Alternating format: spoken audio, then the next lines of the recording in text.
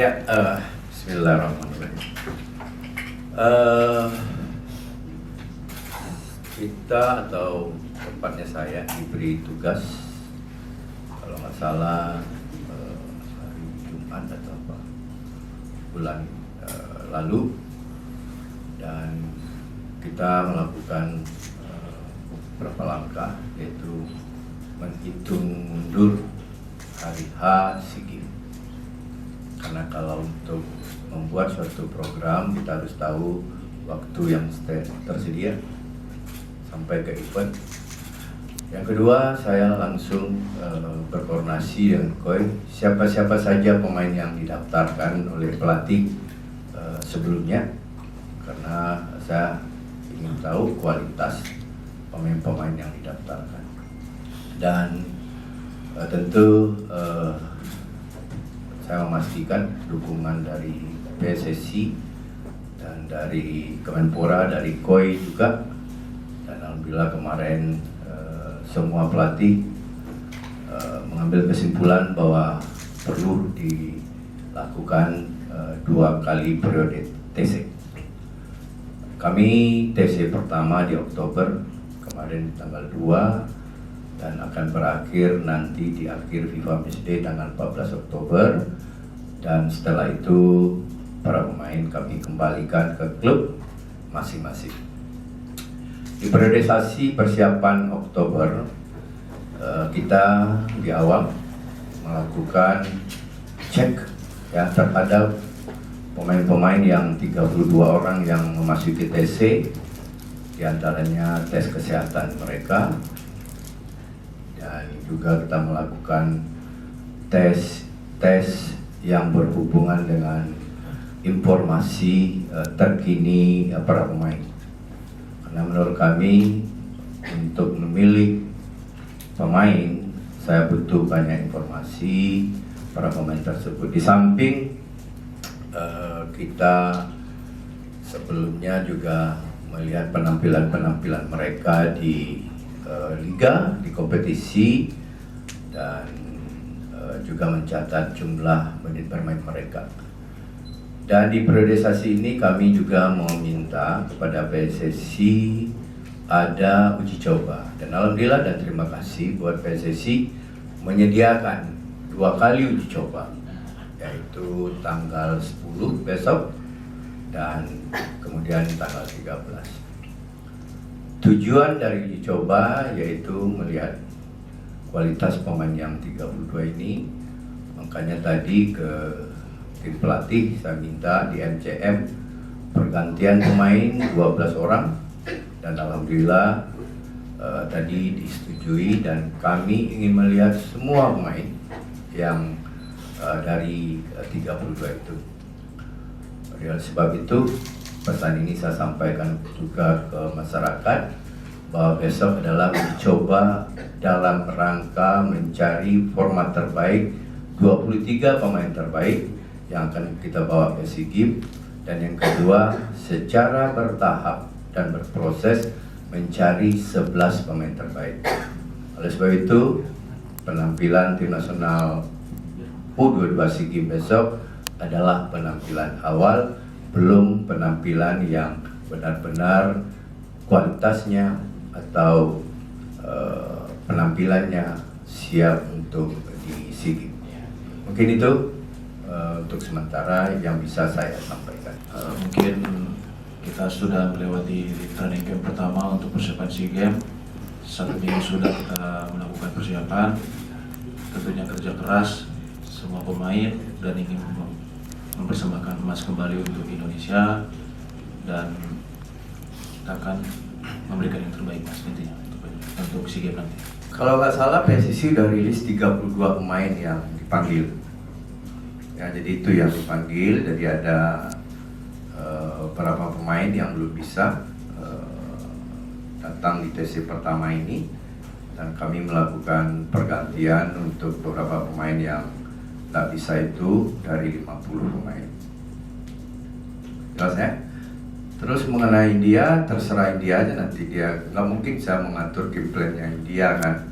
Jadi India, kenapa kita ambil India? India ini tim yang kuat, dan dia kalau nggak salah hampir lolos Piala Asia dan kalah selisih gol. Dan kami diskusi untuk melatih India lawan yang cocok untuk dijadikan bagaimana kami bisa valid nanti melihat kualitas-kualitas pemain yang bermain lawan India ini nanti.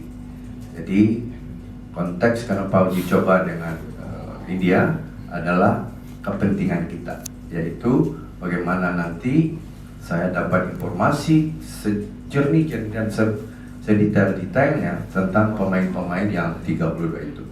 Oleh sebab itu kita akan memainkan semua pemain yang ada besok dengan 2 kali pertandingan, tanggal 10 dan tanggal 13. Kalau tim saya masih berkomunikasi, ya belum ada konfirmasi yang mengatakan dia nggak bisa datang ke SEA Games.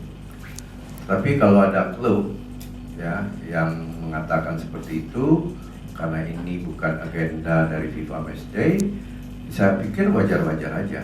Nah, disinilah peran federasi, peran organisasi, dan peran saya sebagai pelatih untuk bisa berkomunikasi dengan pihak klub.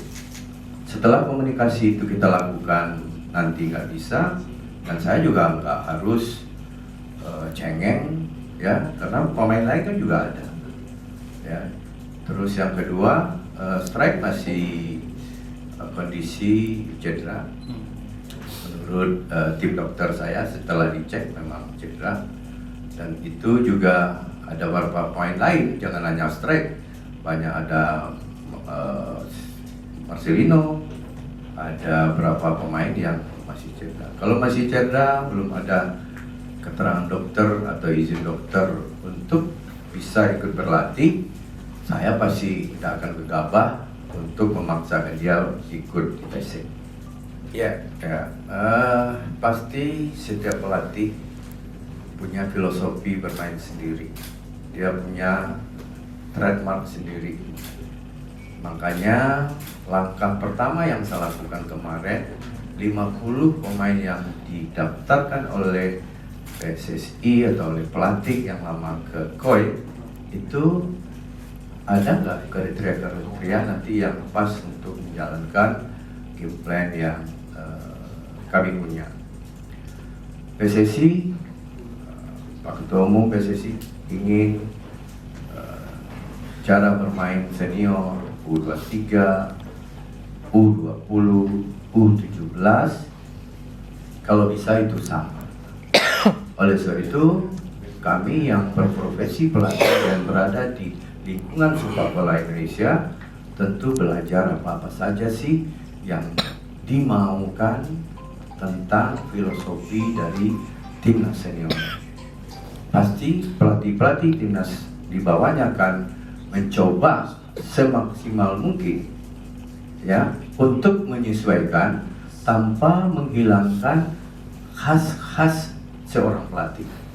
Kalau pertanyaan itu tadi, apakah ada pemain-pemain yang bisa mensupport apa yang saya inginkan, dalam rangka itulah kita melakukan program TC, program uji coba, dan program-program tes-tes yang saya lakukan, termasuk kemarin saya melakukan tes talent DNA. Kenapa? Karena saya ingin tahu persis orang yang saya pilih ini benar-benar kompeten. Dan saya juga nggak mau nanti dituduh oleh masyarakat dan tidak bisa mempertanggungjawabkan kenapa pemain itu terpilih.